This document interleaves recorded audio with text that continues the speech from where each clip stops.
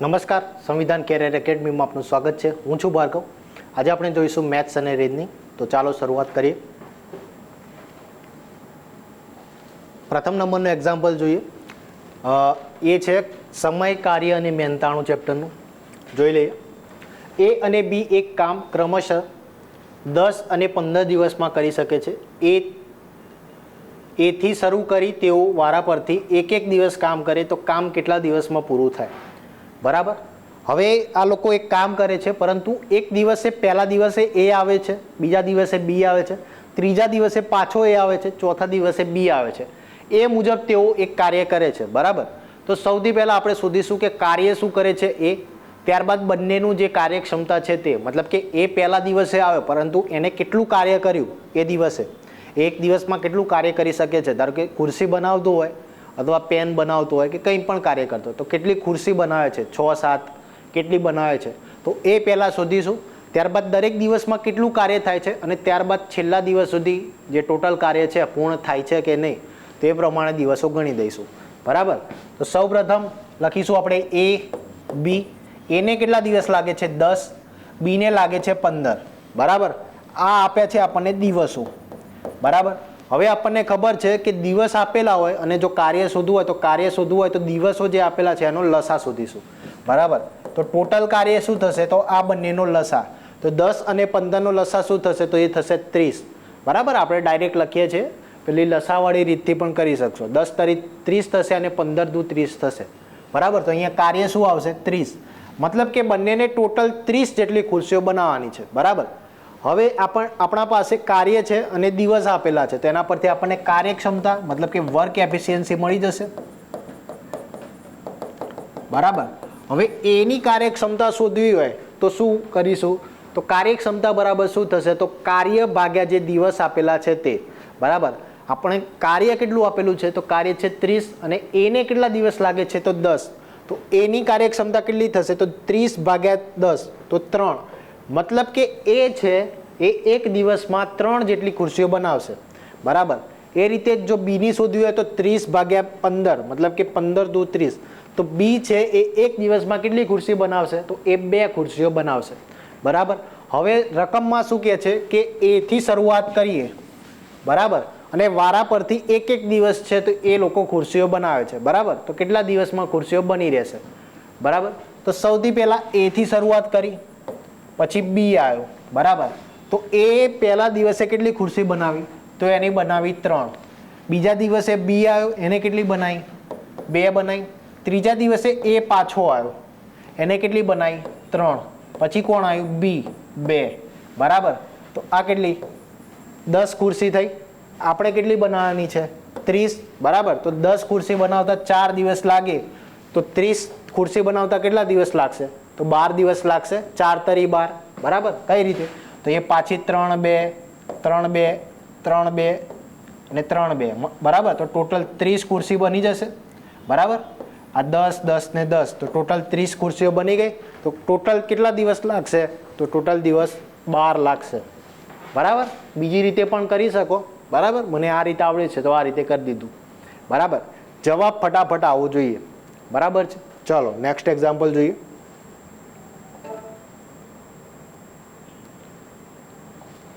રવિન્દ્ર બજારમાંથી કેટલીક કેરી લઈને આવે છે. પહેલા દિવસે તે કુલ કેરીમાંની 1/3 જેટલી 1/3 જેટલી કેરી ખાઈ જાય છે, ત્રીજા ભાગની. બરાબર. બીજા દિવસે તે બચેલી કેરીમાંથી અડધી કેરી ખાઈ જાય છે. ત્રીજા દિવસે ખબર પડી કે માત્ર 2 કેરી બચી છે, તો બજારમાંથી કુલ કેટલી કેરીઓ લાવ્યો હશે? બરાબર.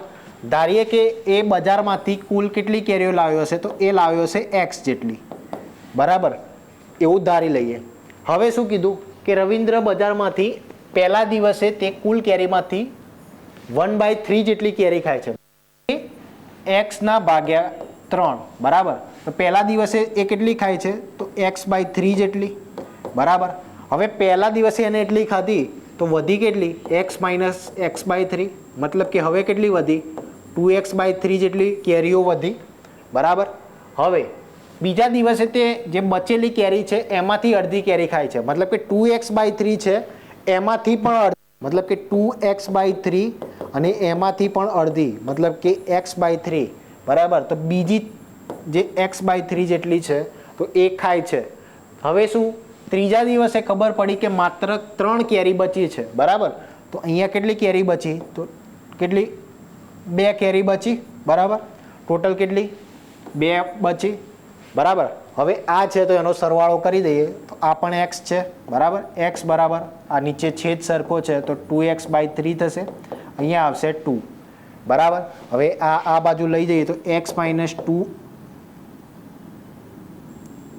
x/3 બરાબર કેટલા થશે? 2 થશે.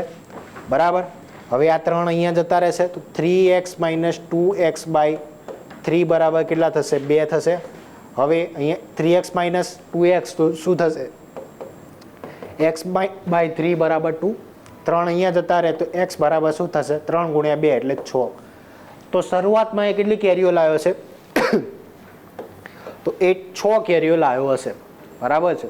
હવે તમે જવાબ છે એના પરથી પણ કરી શકો. દેખો 6 છે તો પહેલાં 1/3 જેટલી ખાધી. બરાબર, મતલબ કે 2 ખાધી હશે. બરાબર, હવે કીધું કે બચેલી કેરીમાંથી પણ અડધી, તો એમાં પણ બીજી 2 ખાધી હશે. અને લાસ્ટમાં વધી કેટલી? એમાં પણ 2, તો એ પણ 6 થઈ. બરાબર, તો આ રીતે પણ ટેલી કરી શકો. ચલો નેક્સ્ટ એક્ઝામ્પલ જોઈએ. ચલો સિરીઝ આપેલી છે 17, 18, 22, 31, 47. આગળ શું આવશે? બરાબર, સૌથી પહેલાં જોઈએ સિરીઝમાં પહેલાં 18માંથી 17 બાદ કરીએ.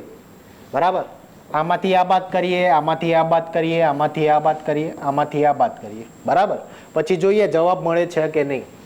18માંથી 17 બાદ કરીએ તો આપણને શું મળે? 1 મળે. 22માંથી 18 બાદ કરીએ તો આપણને શું મળશે? તો 4 મળશે. 31માંથી 22 બાદ કરીશું તો આપણને મળશે 9. 47માંથી 31 બાદ કરીએ એટલે આપણને મળશે 16. બરાબર, તો આગળ શું આવશે? હવે નીચે તમે જોશો તો સિરીઝ પરથી તમને ખબર પડશે કે આ છે એ 1નો વર્ગ છે, આ 2નો વર્ગ છે, આ 3નો વર્ગ છે અને આ 4નો વર્ગ છે. બરાબર, હવે આ સિક્વન્સમાં છે 1, 2, 3, 4, તો આગળ શું આવશે? 5નો વર્ગ, મતલબ કે શું આવશે? 25. તો 47માં 25 ઉમેરીશ તો શું મળશે? 7 ને 5 12 એટલે કેટલા? 72 મળવા જોઈએ. બરાબર, તો આગળ શું આવવું જોઈએ? 72. તો આપણો જવાબ સાચો છે. તો ઓપ્શન બી છે એ આપણો સાચો જવાબ થશે. આગળ શું આવશે? 72 જવાબ આવશે.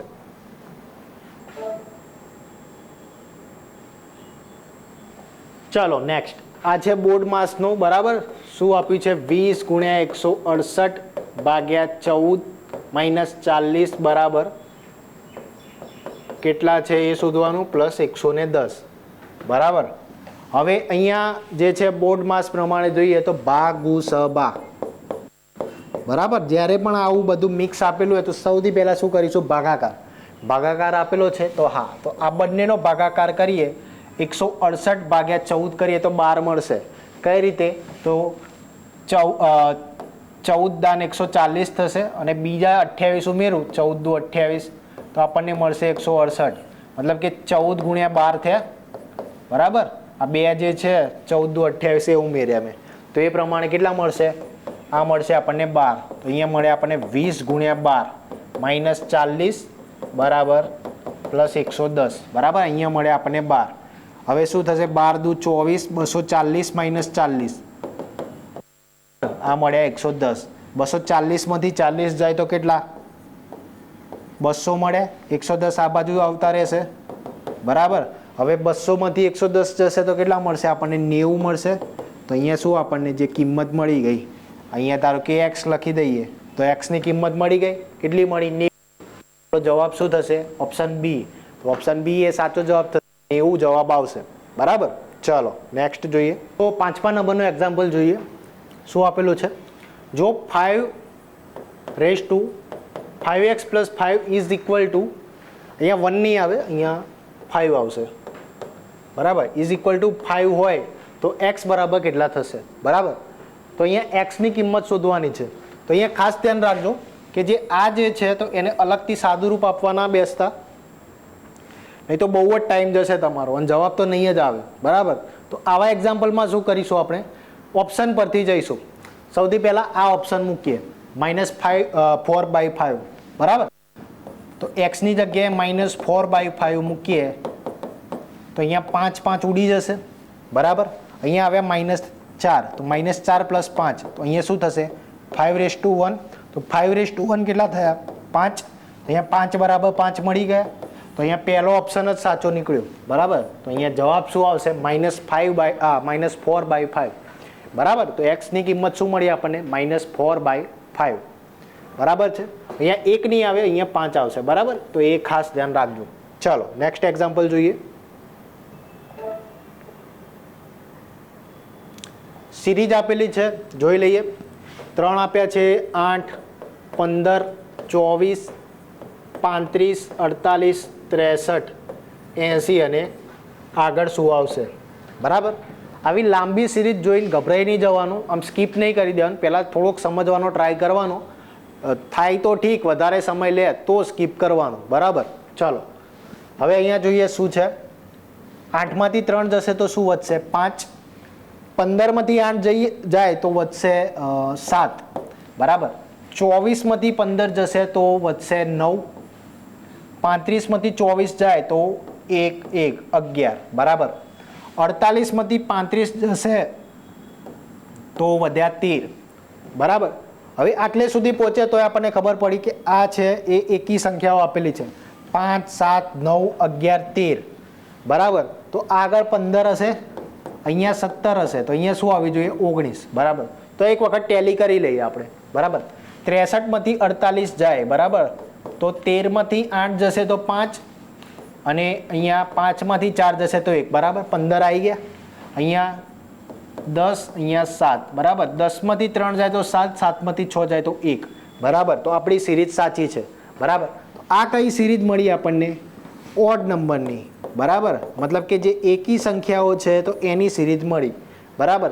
તો હવે 80ની અંદર જો 19 ઉમેરીશ તો મને શું મળશે 99 મળશે. તો આપણો જવાબ શું થવો જોઈએ?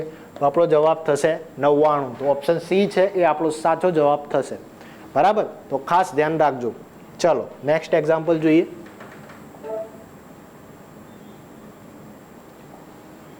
એક ચોરસ મેદાનની પરિમિતિ 48 મીટર છે તો તે મેદાનનું ક્ષેત્રફળ કેટલું થાય? આ પ્રકારના દાખલા મોઢે ગણી શકાય બરાબર. પરિમિતિ આપેલી છે. હવે ચોરસની વાત કરીએ આપણે. જો ચોરસ હોય તો એના ચારે બાજુઓ છે એની લંબાઈ એક સરખી હશે, L L L L બરાબર. આપણને શું આપ્યું છે પરિમિતિ. પરિમિતિ મતલબ કે આ જે આખી લંબાઈ છે, આ જે આખું જે માપ છે એ મતલબ કે L + L + L + L તો 4L થયા બરાબર. કેટલા આપેલા છે આપણને 48. તો L કેટલા મળે આપણને 12 મળશે. 12 ચોક 48. તો L બરાબર કેટલા મીટર છે 12 મીટર બરાબર. આપણને શું પૂછ્યું કે એનું ક્ષેત્રફળ શોધો બરાબર. એનું ક્ષેત્રફળ તો એ બરાબર શું થશે ચોરસનું ક્ષેત્રફળ શું થશે L² બરાબર. L કેટલા છે 12. તો અહીંયા થશે 12² તો 12² કેટલો થશે 144. તો 144 મીટર સ્ક્વેર છે એ આપણો સાચો જવાબ થશે બરાબર. તો અહીંયા જવાબ શું આવશે 144 મીટર સ્ક્વેર બરાબર છે, અથવા વર્ગ મીટર પણ આપેલા હોય બરાબર. ચાલો નેક્સ્ટ એક્ઝામ્પલ જોઈએ. તો આ હતા આજના એક્ઝામ્પલ્સ. તો નવા એક્ઝામ્પલ્સ સાથે ફરી એક વખત મળીશું. ધન્યવાદ.